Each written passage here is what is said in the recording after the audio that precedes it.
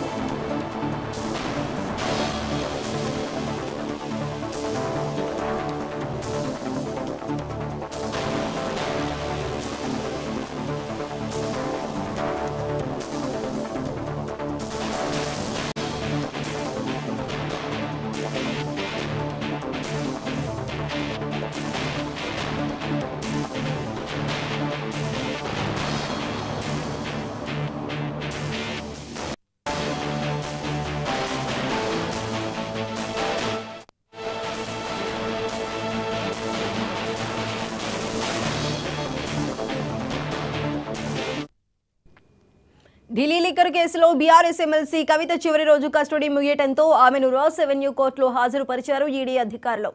కవితను మరో 5 రోజులు కస్టడీకి ఇవ్వాలని కోరారు. దీంతో కవితను మరో 3 రోజులు ఈడీ కస్టడీకి అప్పగించింది రౌస్ ఎవెన్యూ కోర్టు.